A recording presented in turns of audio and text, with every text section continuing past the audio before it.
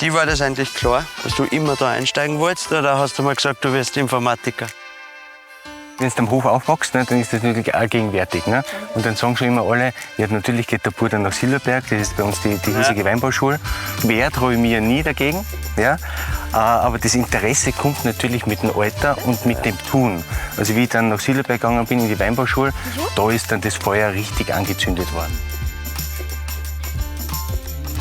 Und ich bin ja dann schon mit 20 habe ich schon den ersten Jahrgang im Haus gemacht, also relativ früh begonnen.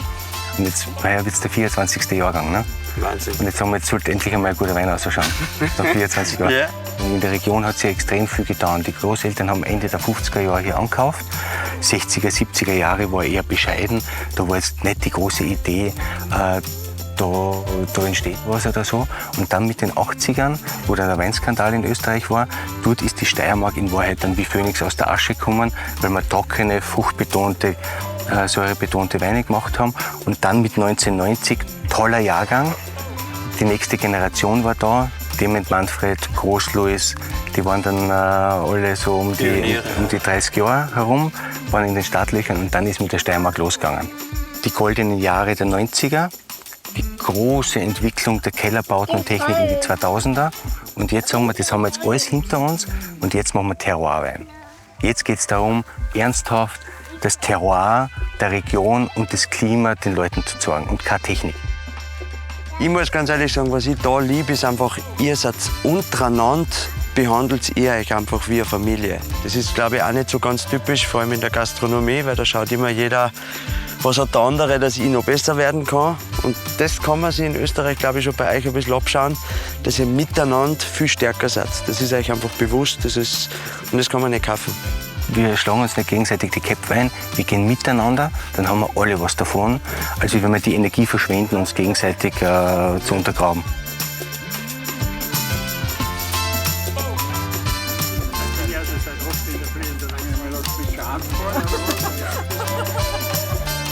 Ich bin ganz zuversichtlich, dass das ein ganz festes Jahr wird.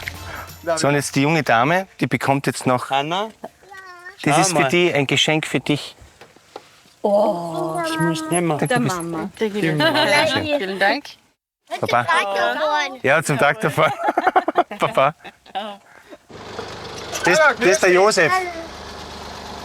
Passt so? Ja. Geht das? Ja.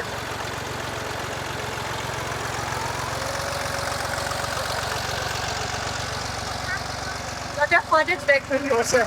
Jetzt strahlt er wie ein Honigkuchen. Der Johannes, glaube ich, war schon als Kind hyperaktiv. Der kann nicht ruhig sitzen, der muss immer was tun. Die Eltern sind sicher mit dem Buschenschank groß geworden. Also der Buschenschank ist in der ganzen Südsteiermark bekannt. Da geht man hin. Wenn die Mama auskocht, dann weiß man, was los ist. Die Mamas Küche, das ist unglaublich. Und er darf da weitermachen. Er macht den Buschenschank, er macht die Weine von daheim. Die Weine waren ein Nebenprodukt. Die Weine waren einfach für den Buschenschank ganz normale Tischwein. Ganz normaler Tischwein. Und er schaut einfach, dass er wieder eine neue Richtung findet. So wie die anderen auch. Er ist der Groß, der Meitz, die sind alle halt, die sind ein bisschen älter, die sind ein bisschen voraus. Der Johannes fängt erst an. Ob er jetzt mit Korallenriff seine Lagen macht, ob er Limestone in die Natural-Szene sehr, sehr gute Sachen macht, sich auch was austraut, was andere vielleicht nicht so gehabt haben und er mehr in die klassische Linie gehen, darf er ein bisschen ein Grenzgänger sein. Und das ist eine super Kombination. Wenn ich die 3 Weine auf einen Tisch stelle, dann hast du 3 unterschiedliche Weine, wo du aber schmeckst, dass die aus der Südsteiermark kommen. Und das taugt mir. Ich glaube, der Johannes hat einfach mit guten Freunden einfach angefangen, guten Gin zu machen. Es ist ein super Produkt geworden, das was die Leute annehmen, was einfach regional ist. Sein Ginhaus. Volle Präsentation von seinen Lagen über die Südsteiermark mit viel Glas, schönen Brennkessel. Wenn du da drin bist, dann spürst du einen Vibe. Du spürst, dass da drin mit Liebe was gemacht wird. Links oder rechts? Links ist gescheiter. Da. Mehr Platz. La. So, füllen wir mal an. Drehst du mal auf.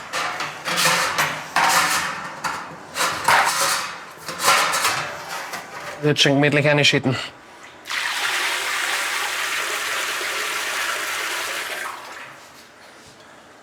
So. Ja.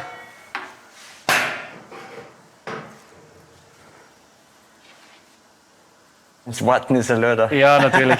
Aber ja, das ist halt einfach lustig, antipseln und schauen, wie es drin schwimmt. Ne? Cool.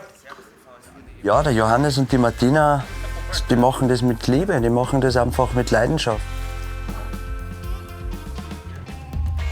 Ob es das Etikett ist, was sie selber entwickeln, die richtigen Flaschen aussuchen, sie wachsen selber, sie binden die Flaschen. Also das ist handmade zu 100%. Die werden nicht irgendwo abgefüllt und dann über irgendwen geschickt. Die kommen direkt vom Hof zu mir ins Restaurant, zu mir ins Lokal. Sensationell, aber man muss halt auch sagen, Hut ab vor dieser Arbeit.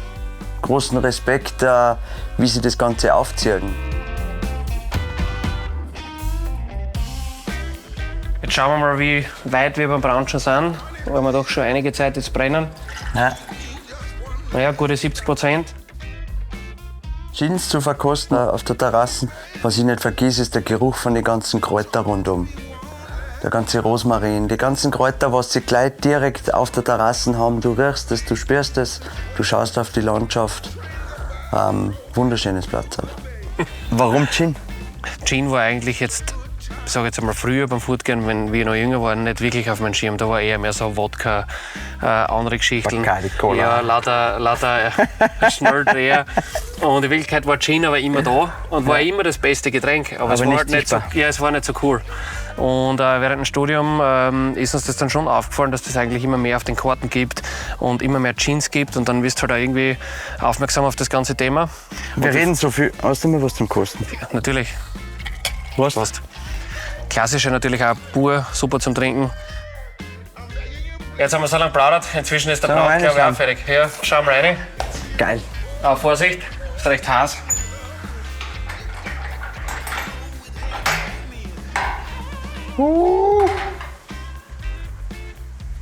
Ja, musst aufpassen, dass du Ui. die Dämpfe nicht gleich einen Schlag kriegst. Am besten aber es ist spritzt du mal, gut. ja, spritzt du mal Darf ich auf, mal? damit es ein bisschen weniger dampft.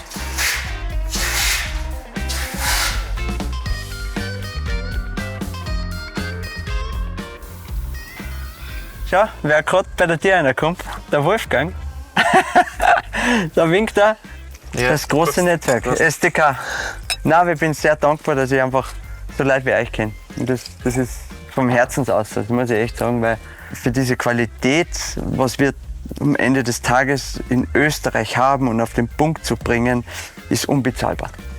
Das ist Freundschaft, das ist B2B-Business und ich will es nicht mehr anders. Dankeschön.